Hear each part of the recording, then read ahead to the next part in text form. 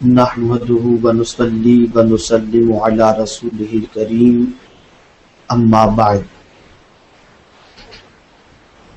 فاعوذ بالله من الشيطان الرجيم بسم الله الرحمن الرحيم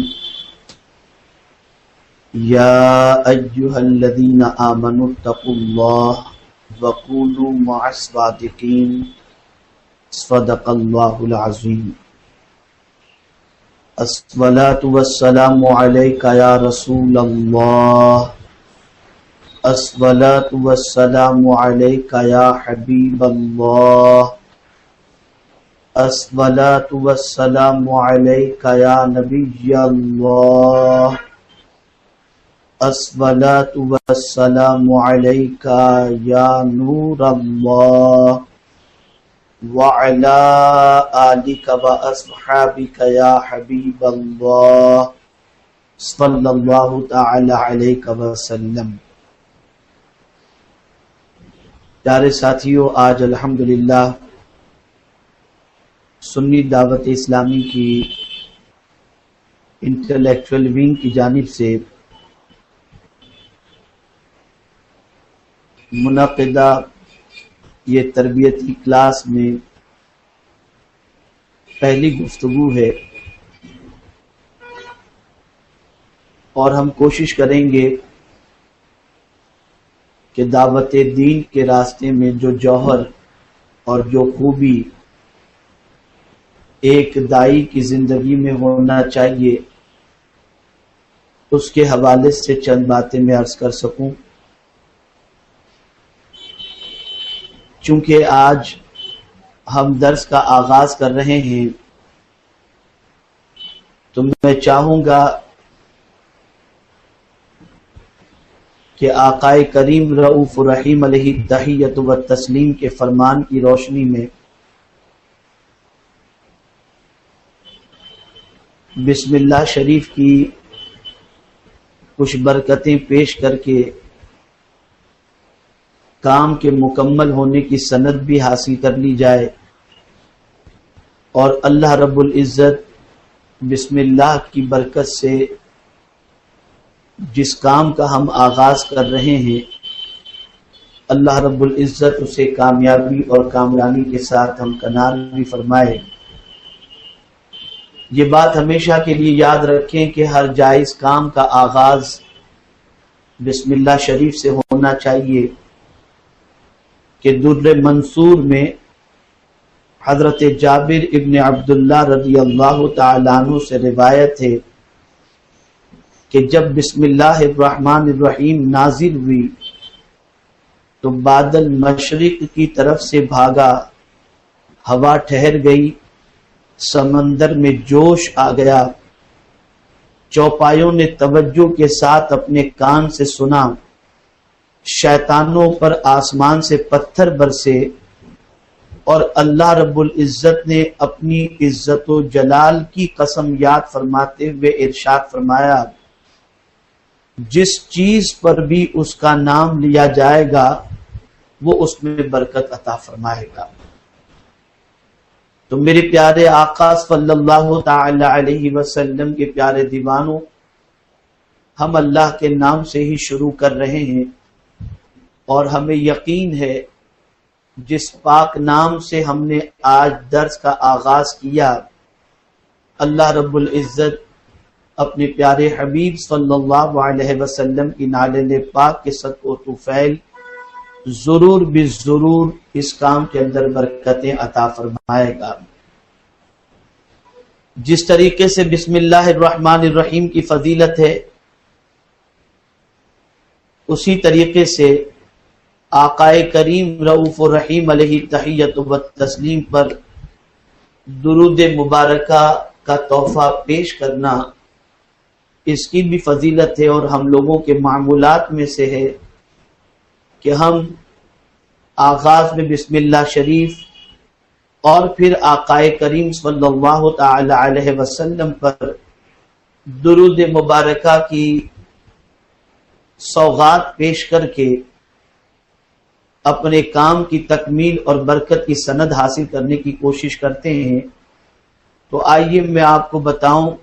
کہ آقا کریم صلی اللہ علیہ وسلم پر درود شریف پڑھنے کی کیا فضیلت ہے، الترغیب و ترہیب میں حضرت عبداللہ ابن مسعود رضی اللہ تعالی عنہ سے مروی ہے کہ تاجدار کائنات صلی اللہ علیہ وسلم نے ارشاد فرمایا، ان اول الناس بیوم القیامت اکثرهم علی صلاۃ، یعنی قیامت کے دن مجھ سے زیادہ قریب وہ شخص ہوگا جو مجھ پر زیادہ درود و سلام پڑھتا ہوگا۔ تو میرے پیارے آقا صلی اللہ تعالی علیہ وسلم کے پیارے دیوانوں، ہم نے شروع میں بسم اللہ شریف کی تلاوت بھی کی، درود مبارکہ پڑھنے کی سعادت بھی حاصل کی۔ اب آئیے ایک داعی دین کے لیے، ایک دین کی دعوت پیش کرنے والے کے لیے سب سے پہلے کس وصف کا ہونا ضروری ہے؟ ظاہر سی بات ہے کہ ہم لوگوں کو اسلام کی طرف بلانا چاہیں گے، دین کی طرف بلانا چاہیں گے، اور جب دین کی ان کو دعوت دیں گے تو وہ دین کے حوالے سے یہ جاننے کی کوشش کریں گے کہ جو دین کی دعوت دے رہا ہے اس کی زندگی میں کون سی خوبیاں ہیں۔ تو اگر انبیاء کرام علیہم الصلاۃ والسلام کی تاریخ کا مطالعہ کیا جائے تو جتنے بھی انبیاء کرام علیہم الصلاۃ والسلام تشریف لائے، ہر نبی کی شان یہ تھی کہ اللہ رب العزت نے ہر نبی کی شان کے اندر صدیق کا لفظ یا صادق الوعد کا لفظ فرمایا، اور انبیاء کرام علیہم الصلاۃ والسلام سے سچا کون ہو سکتا ہے؟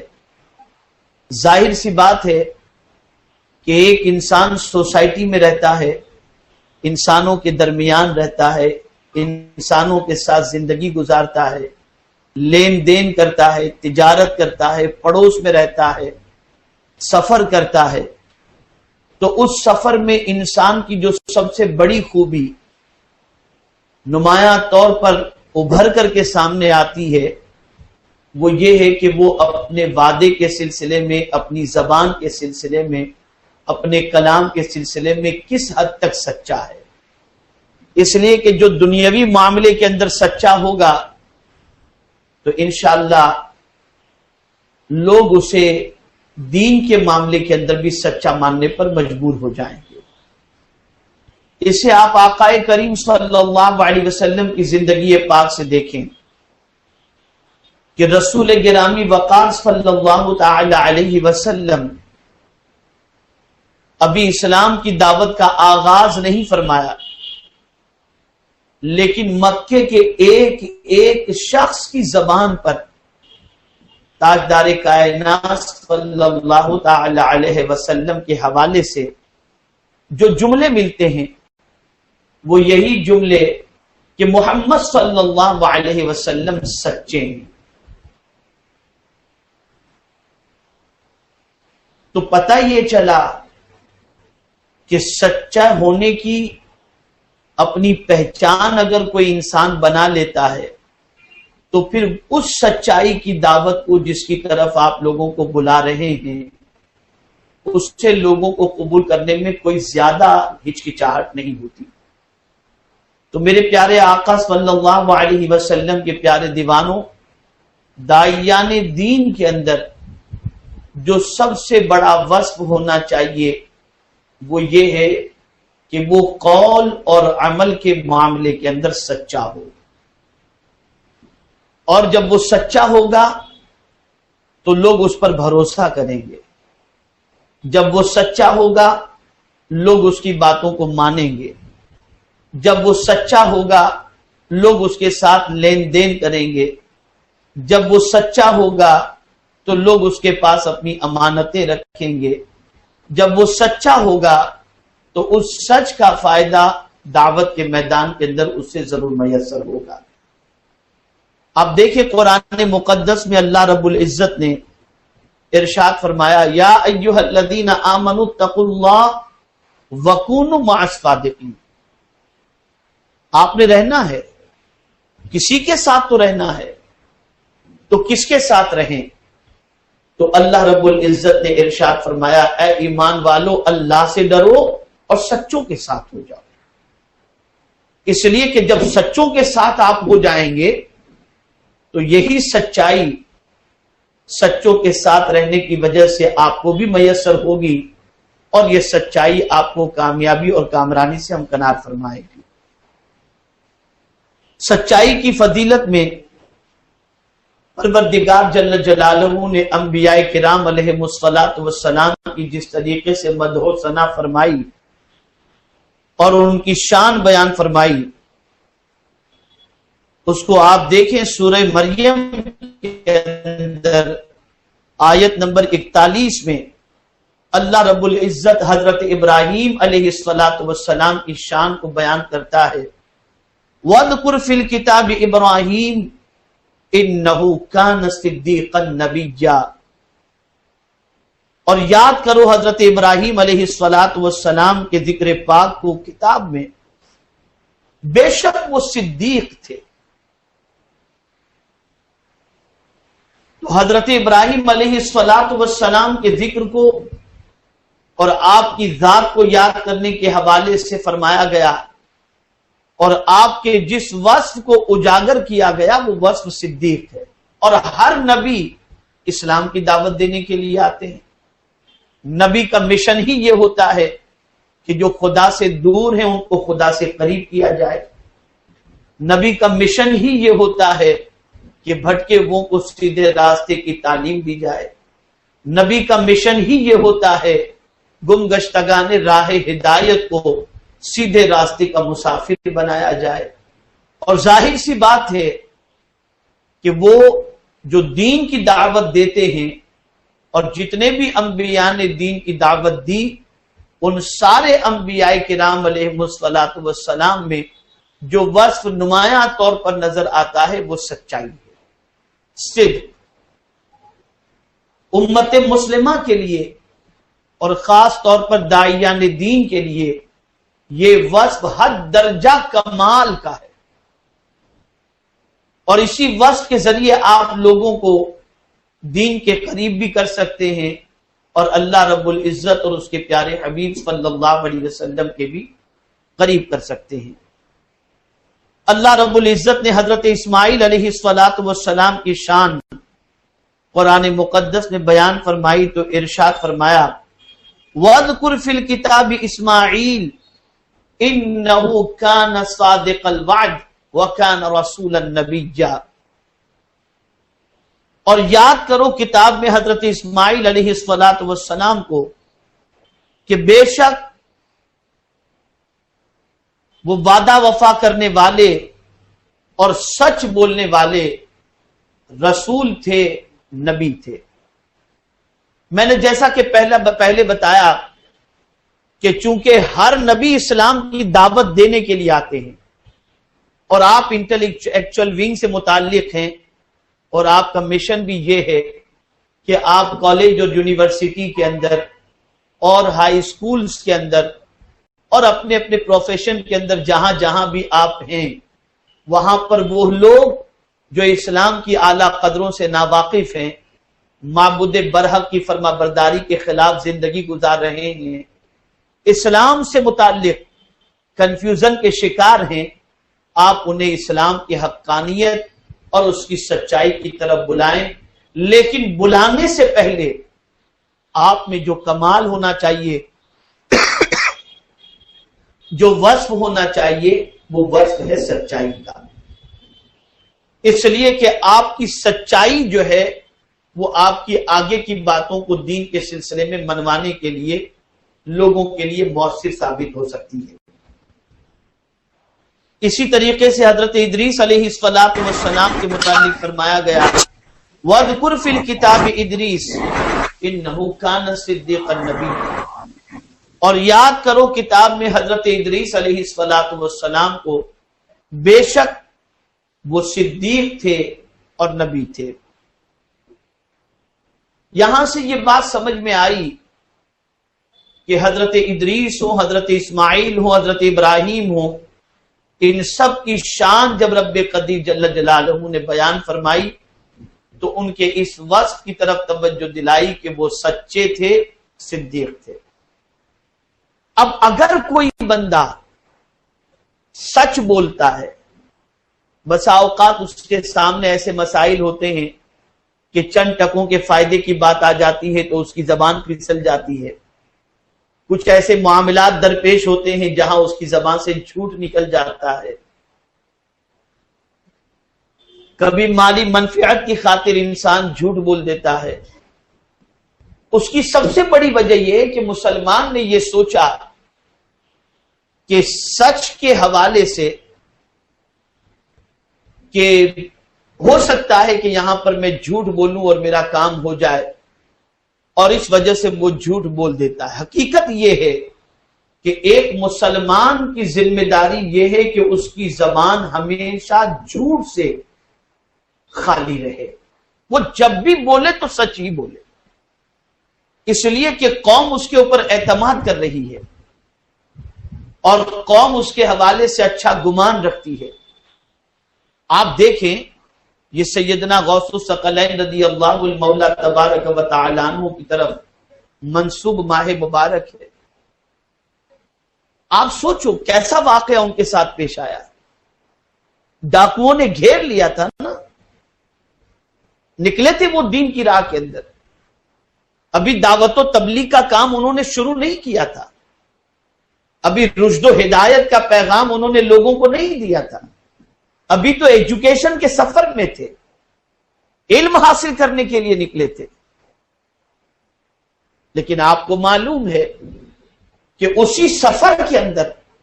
ڈاکوؤں نے گھیر لیا تو آپ نے بتا دیا میرے پاس 40 اشرفیاں موجود ہیں، حالانکہ آپ نہ بولتے تو لوگوں نے تو تلاش کر ہی لیا تھا، لیکن تلاش کرنے کے باوجود ان کو ان کے پاس سے کچھ نہیں ملا تھا، لیکن غوث پاک نے اظہار حقیقت کر دیا کہ نہیں ہے میرے پاس۔ تو ڈاکوؤں کو حیرت ہوئی کہ لوگ ہم سے مال چھپاتے ہیں اور یہ مال کے حوالے سے سچ بتا رہے۔ اور پھر اس کے بعد جب آپ کے پیرہن مبارک یا گدڑی کو دیکھا گیا تو اس کے اندر سے 40 اشرفیاں نکلی، تو ڈاکوؤں نے یہی تو سوال کیا تھا کہ اے نوجوان،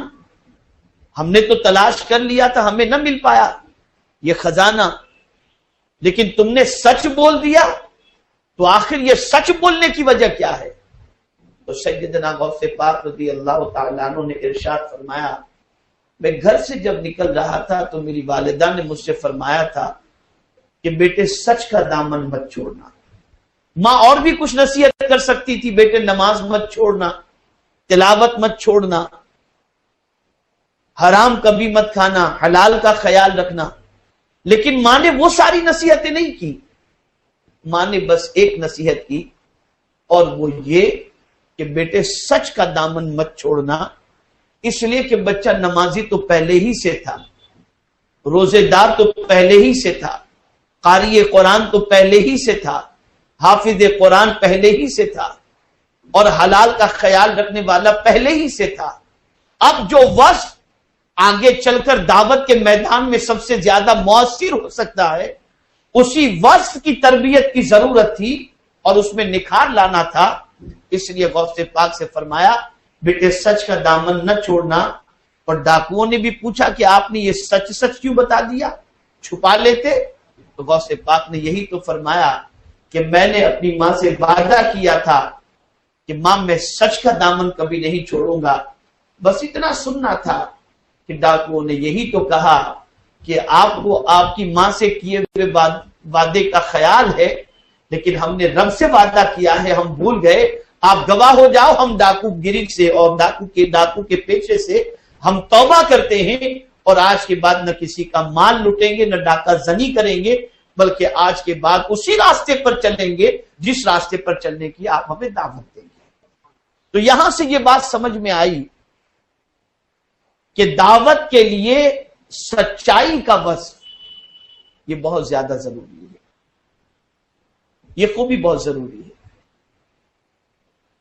اور میرے پیارے آقا صلی اللہ تعالی علیہ وسلم کے پیارے دیوانوں، کوئی اگر آج کے دور میں پروپیگنڈے کر کے اگر کسی کا مائنڈ اس طریقے سے بنا لے کہ آج کے دور میں سچ بول کر کے انسان جی نہیں سکتا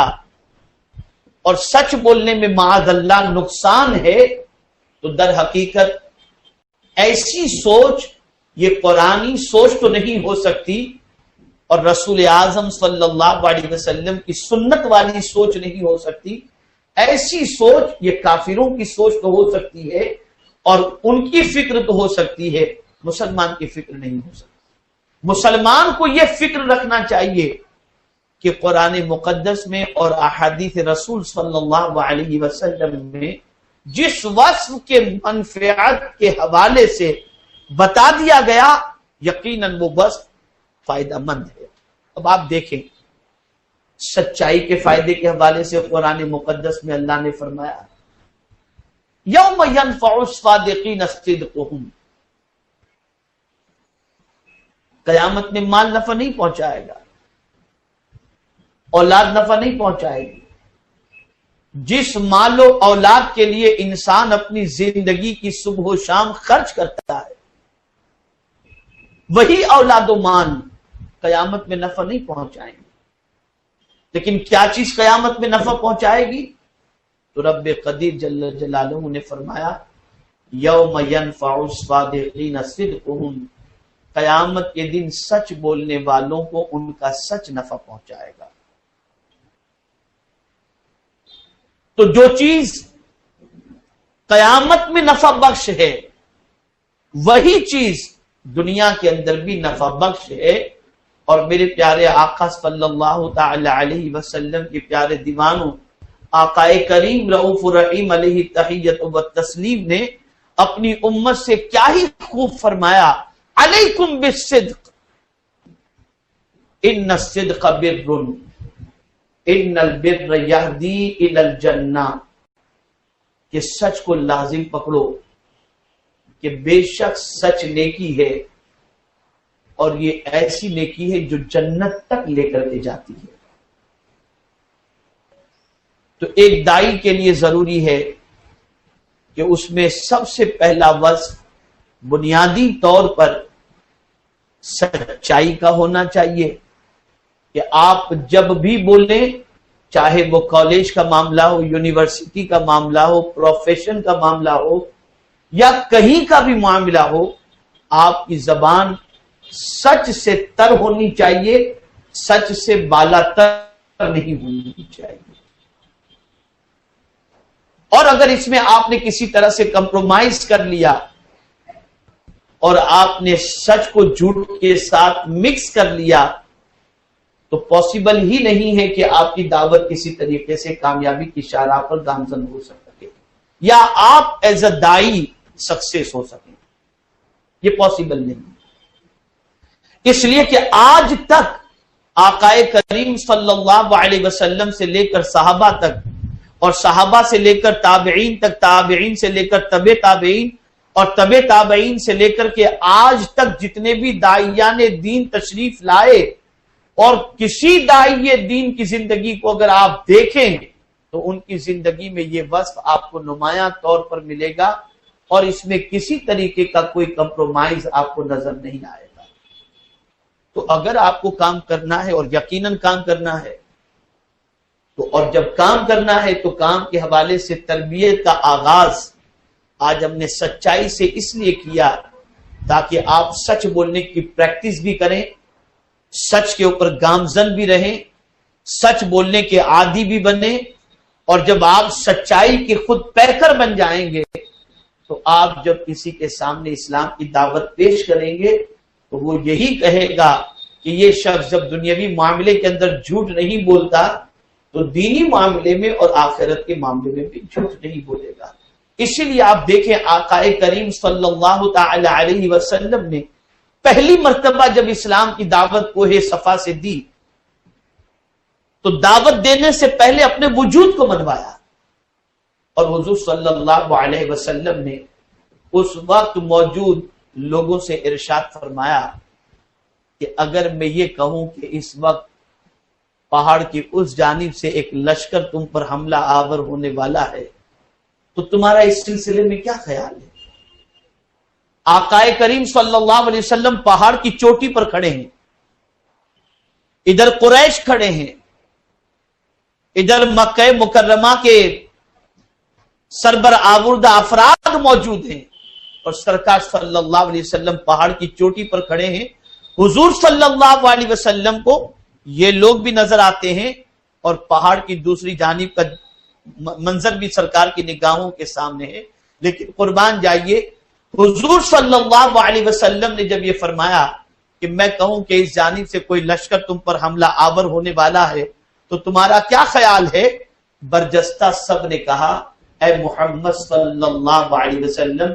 آپ کی زبان سے سچ کے علاوہ ہم نے کبھی کچھ سنا نہیں۔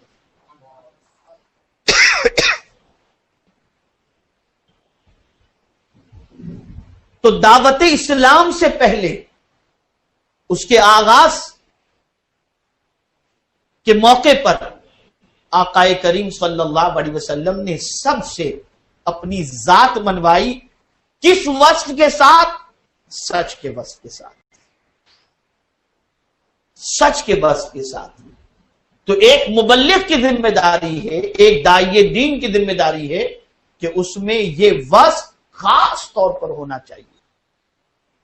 اور اگر جھوٹ بول کر کے کروڑوں کا نفع ہوتا ہو اور سچ بول کر کے لاکھوں کا نقصان ہوتا ہو تو سچ بول کر کے لاکھوں کا نقصان گوارا کر لو، لیکن جھوٹ بول کر کروڑوں کے فائدے کو اختیار کرنے کی کوشش مت کرو، اس لیے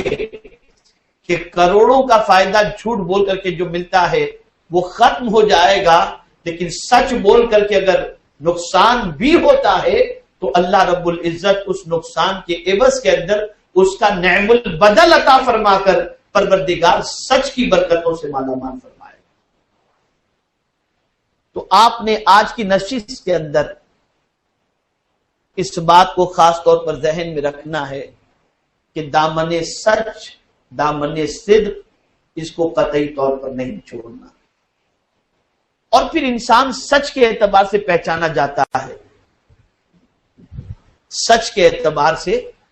اس کا امتحان ہوتا ہے کہ یہ سچا ہے یا نہیں۔ اللہ خود امتحان لیتا ہے۔ قرآن مقدس میں اللہ رب العزت نے فرمایا احسب الناس ان یترکوا ان یقولوا آمنا وهم لا یفتنون، کیا لوگ یہ گمان کرتے ہیں کہ اتنا کہنے پر چھوڑ دیے جائیں گے کہ ہم ایمان لائے؟ بس اتنا کہنے پر چھوڑ دیے جائیں گے کہ ہم ایمان لائے؟ جب آپ ایمان لائے ہو تو اللہ آپ کا امتحان لے گا۔ اور رب ارشاد فرماتا ہے وَلَقَدْ فَتَنَّ الَّذِينَ مِنْ قَبْلِهِمْ فَلَيَعْلَمَنَّ اللَّهُ الَّذِينَ صَدَقُوا وَلَيَعْلَمَنَّ الْكَاذِبِينَ۔ جب آپ نے کہا ہے کہ ہم ایمان لائے تو اللہ اب امتحان لیتا ہے کہ دیکھیں یہ ایمان لانے والے بندے جو اللہ پر ایمان لائے ہیں اللہ کی مانتے ہیں یا نہیں مانتے، اللہ کے فرمان پر عمل کرتے ہیں یا نہیں کرتے، اور اس پر ثابت قدم ہے یا نہیں۔ تو پھر اللہ امتحان لیتا ہے۔ اور یہ نہ سمجھنا کہ صرف آج کے دور کے ایمان لانے والوں کا امتحان لیتا ہے، رب فرماتا ہے وَلَقَدْ فَتَنَّ الَّذِينَ مِنْ قَبْلِهِمْ، اور ہم نے امتحان لیا ان سے پہلے والوں کا بھی۔ مولا کیوں امتحان لیا؟ امتحان لینے کی وجہ کیا ہے؟ تو اللہ ارشاد فرماتا ہے وَلَيَعْلَمَنَّ اللَّهُ الَّذِينَ صَدَقُوا وَلَيَعْلَمَنَّ الْكَاذِبِينَ۔ وہ جاننا چاہتا ہے کہ سچا کون ہے اور جھوٹا کون ہے، وہ جاننا چاہتا ہے، حالانکہ وہ علیم و خبیر ہے، وہ سب کو جانتا ہے۔ تو اب زمانے میں ہمارا امتحان ہوگا، اور یہ امتحان اس میں اگر ثابت قدم ہم رہتے ہیں تو یقیناً اللہ رب العزت جل جلالہ کی بارگاہ سے بہت ساری برکتیں میسر ہوں گی۔ اور یہ بات اپنی جگہ طے شدہ ہے کہ جب مال نفع نہیں پہنچائے گا اور اولاد نفع نہیں پہنچائے گی، اس وقت اللہ رب العزت کے فرمان کے مطابق سچ بولنے والوں کو ان کا سچ نفع پہنچائے گا۔ اب سچے کون ہیں؟ کون ہے سچے؟ قرآن مقدس میں اللہ رب العزت نے بڑی تفصیل کے ساتھ اس کے حوالے سے فرمایا، اور اللہ رب العزت جل جلالہ کے برگزیدہ بندوں نے بھی اسی سے سچے لوگوں کی ایک پہچان متعین فرمائی۔ قرآن مقدس میں رب قدیر جل جلالہ ارشاد فرماتا ہے، یہ سورہ بقرہ کی آیت نمبر 179 ہے، وَلَٰكِنَّ الْبِرَّ مَنْ آمَنَ بِاللَّهِ وَالْيَوْمِ الْآخِرِ وَالْمَلَائِكَةِ وَالْكِتَابِ وَالنَّبِيِّينَ وَآتَى الْمَالَ عَلَىٰ حُبِّهِ ذَوِي الْقُرْبَىٰ وَالْيَتَامَىٰ وَالْمَسَاكِينِ وَابْنِ السَّبِيلِ وَالسَّائِلِينَ وَفِي الرِّقَابِ وَأَقَامَ الصَّلَاةَ وَآتَى الزَّكَاةَ وَالْمُوفُونَ بِعَهْدِهِمْ إِذَا عَاهَدُوا وَالصَّابِرِينَ فِي الْبَأْسَاءِ وَالضَّرَّاءِ وَحِينَ الْبَأْسِ اولئک الذین صدقوا۔ آج دنیا میں نیکی کے حوالے سے جو ایک کانسیپٹ ہے، نماز نیکی، روزہ نیکی، حج نیکی، زکوٰۃ نیکی، یہاں نیکی کی ایک تفصیل بیان کرنے کے بعد بتایا گیا کہ نیکی کیا ہے، اور اس کے بعد فرمایا گیا کہ یہی لوگ سچے ہیں۔ کون لوگ؟ تو قرآن کہتا ہے ہاں، اصل نیکی یہ کہ ایمان لائے اللہ اور قیامت اور فرشتوں اور کتاب اور پیغمبروں پر۔ اصل نیکی یہ کہ ایمان لائے اللہ اور قیامت اور فرشتوں اور کتاب اور پیغمبروں پر، اور اللہ کی محبت میں اپنا عزیز مال دے۔ جو مال عزیز ہے وہ اللہ کی محبت میں دے، اور رشتہ داروں اور یتیموں اور مسکینوں اور راہگیروں اور سائلوں کو۔ کنہیں دے؟ تو فرمایا رشتہ داروں کو دے، یتیموں کو دے، مسکینوں کو دے، راہگیر اور سائلوں کو دے، اور گردن چھڑانے میں جو غلامی کی زنجیروں میں جکڑے ہوئے ہیں، ان غلامی کی زنجیروں میں جکڑے ہوئے لوگوں کو چھڑانے کے اندر ان کے لیے جو ہے وہ اپنا مال دے، اور نماز قائم رکھے اور زکوٰۃ دے۔ دیکھیں، نماز اور زکوٰۃ کا تذکرہ بعد میں کیا گیا، لیکن جس مال سے محبت ہے اس مال کو قربان کرنے کے حوالے سے پہلے ذکر کیا گیا۔ وجہ اس کی یہ ہے کہ اب رب جاننا چاہتا ہے کہ بندے تجھے مال سے محبت ہے یا مجھ سے محبت؟ اگر مجھ سے محبت ہے تو اپنا مال ان لوگوں کو دے، ان کے پیچھے خرچ کر، اگر تو اپنے دعوے میں سچا ہے کہ مجھ سے تو محبت کرتا ہے۔ تو نماز کا ذکر بعد میں کیا، لیکن اس چیز کا ذکر پہلے کیا۔ آگے رب قدیر ارشاد فرماتا ہے، اور نماز قائم رکھے اور زکوٰۃ دے، اور اپنا وعدہ پورا کرنے والے جب عہد کریں، یعنی جب وعدہ کریں تو اس کو پورا کریں، اور صبر والے مصیبت اور سختی میں، یعنی مصیبت اور سختی کے اندر اللہ کی شکایت کرنے کی بجائے صبر کے دامن کو تھامے، اور جہاد کے وقت بھی دامن صبر کو تھامے رکھیں۔ تو اب رب قدیر ارشاد فرماتا ہے یہی وہ ہیں جنہوں نے اپنی بات سچی کر کے دکھائی۔ سچے یہی۔ تو ایک تو ہوتا ہے انسانوں کے درمیان سچ بولنا، یہ تو اپنی جگہ پر ہے، اس سے انکار نہیں کیا جا سکتا، اور ایک یہ ہے کہ رب پر ایمان لانے کے بعد، رب کو معبود ماننے کے بعد،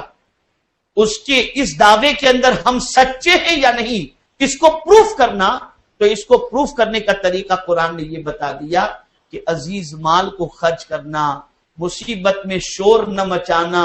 اور اللہ رب العزت کی طرف سے آنے والی مصیبتوں پر صبر کرنا، اور اس بات کا اعلان کرنا کہ یہ سب کچھ من جانب اللہ ہے، اور اللہ رب العزت جب چاہے خوشی عطا فرمائے اور جب چاہے غم عطا فرمائے، یہ اس کے کرم کی باتیں ہیں۔ تو ایسا اگر کوئی ہے تو وہ سچا ہے۔ اب آپ دیکھیں، ایسے سچے لوگوں کی پوزیشن قرآن میں کس طریقے سے مزید ہائی لائٹ کی گئی. اللہ رب العزت جل جلالہ ایسے لوگوں کے حوالے سے فرماتا ہے رجال صدقوا ما عاہدوا اللہ علیہ، جنہوں نے سچا کر دیا جو عہد اللہ سے کیا تھا، جو وعدہ انہوں نے اللہ سے کیا تھا انہوں نے سچا کر دکھایا. یہ در حقیقت حضرت انس رضی اللہ تعالی عنہ کے چچا حضرت انس رضی اللہ تعالی عنہ، ان کے چچا کا نام بھی انس تھا، ان کے سلسلے میں یہ آیت کریمہ نازل ہوئی. واقعہ کیا ہے؟ جنگ بدر میں حضور صلی اللہ علیہ وسلم کے ساتھ حضرت انس شریک نہیں ہو سکے تھے، اور ان کے دل پر یہ بات بہت گراں گزر رہی تھی کہ کاش میں سرکار صلی اللہ علیہ وسلم کے ساتھ جنگ بدر میں شریک ہوتا اور کسی طریقے سے بھی اللہ مجھے شہادت کی موت عطا فرماتا. راوی کہتے ہیں کہ سال آئندہ جنگ احد ہوئی، تو جنگ احد میں وہ حاضر ہوئے. حضرت سعد ابن معاذ رضی اللہ تعالیٰ عنہ نے آپ سے پوچھا کہ اے ابو عمرو کہاں؟ جنگ احد کے لیے وہ نکل رہے تھے، تو حضرت سعد رضی اللہ تعالیٰ عنہ نے پوچھا، حضرت انس کی کنیت تھی ابو عمرو، کہاں جا رہے ہو؟ تو آپ نے فرمایا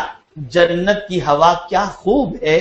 مجھے احد کے اسی طرف سے محسوس ہو رہی ہے. جنت کی ہوا کیا خوب ہے، مجھے احد کی اسی طرف سے محسوس ہو رہی ہے. پھر آپ اتنا لڑے کہ شہید ہوئے، اور آپ کے بدن میں کچھ اوپر یعنی 80 سے اوپر کچھ زخم تیر اور تلوار اور نیزے کے تھے، اور اس کے نشان بھی آپ کے جسم مبارک پر تھے. تو پہچاننا مشکل تھا کہ اتنے جن کے جسم کے اوپر زخم ہیں یہ ہیں کون صحابی، یہ پہچاننا مشکل تھا. تو حضرت انس رضی اللہ تعالیٰ عنہ کی بہن نے فرمایا کہ میں نے اپنے بھائیوں کو زخمیوں کی وجہ سے نہ پہچانا، انگلیوں کے پوروں کی وجہ سے پہچانا، کہ آپ کی انگلیاں دیکھ کر کے ان کی بہن پہچان لی کہ یہی وہ ہیں حضرت انس جو میدان احد کے اندر لڑتے لڑتے اپنی جان جانے آفری کے سپرد کر دیے. اس پر اللہ رب العزت نے یہ آیت کریمہ نازل فرمائی کہ رجال صدقوا ما عاہدوا اللہ علیہ، جنہوں نے سچا کر دیا جو عہد اللہ سے کیا تھا. یعنی مولا بدر میں تو شریک نہ ہو سکا، لیکن اگر بدر میں شریک ہوتا تو میں شہید ہو جاتا، اور اس سے بڑھ کر سعادت کیا ہوتی. لیکن جیسے ہی احد کی جنگ ہوئی تو اس میں وہ شریک ہوئے، اور شریک ہو کر جو ان کے دل میں سچا ارادہ تھا شہید ہونے کا، وہ جان قربان کر کے انہوں نے ثابت کر دیا کہ میں زبان سے بھی سچا ہوں اور دل سے بھی سچا ہوں، دل سے بھی سچا ہوں. تو پیارے ساتھیوں، سچ بہت عظمت والی چیز ہے، اور چونکہ انشاءاللہ العظیم آپ نے اس فیلڈ میں قدم رکھ ہی لیا ہے، اور آپ اپنے اپنے دائرے کے اندر، اپنے اپنے ماحول کے اندر دعوت دین کا کام کریں گے، بھلائی کو پھیلانے کا کام کریں گے، تو آپ سب سے پہلے اس وصف کو اپنے اندر مضبوطی سے پیدا کریں، یعنی سچائی کے دامن کو تھامے رکھنا ہے، اور سچ کا دامن کبھی بھی نہیں چھوڑنا. انشاءاللہ العظیم جب سچائی کا دامن آپ کے ہاتھوں سے نہیں چھوٹے گا تو اللہ رب العزت سچ کی اتنی برکتیں عطا فرمائے گا کہ آپ اس کو شمار نہیں کر سکتے. تو آج کی نشست کے اندر پہلا پیغام ہمارا یہی ہے کہ یہ وصف جو ہر نبی، ہر داعی دین نے اسلام کی دعوت سے پہلے اپنا انٹروڈکشن اور اپنی ذات کو جس وصف سے منوائی، وہ وصف تھا سچائی کا. اس لیے ضرورت اس امر کی ہے کہ سچائی کے دامن کو تھام کر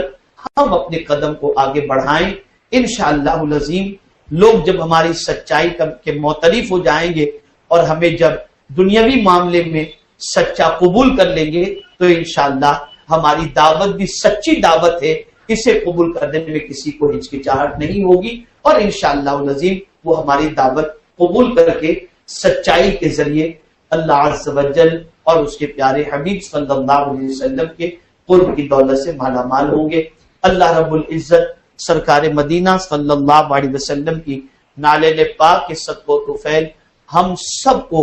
سچوں کے ساتھ رکھے، سچ کے وسط کے ساتھ زندہ رکھے، اور سچوں کے ساتھ ہمارا حشر و نشر فرمائے، اور پروردگار جل جلالہ قیامت کے دن صدیقین کے زمرے میں ہمارا شمار فرما کر رسول گرامی وقار صلی اللہ تعالی علیہ وسلم کے دامن کرم میں ہم سب کو پناہ عطا فرمائے۔ وما علینا الا البلاغ المبین۔ اللهم صل علی سیدنا و مولانا محمد معدن الجود والکرم وعلیہ وصحبہ وبارک وسلم صلاۃ و سلاما علیک یا سیدی یا رسول اللہ صلی اللہ تعالی علیہ وسلم۔ اللهم اجعلنا من الصدیقین،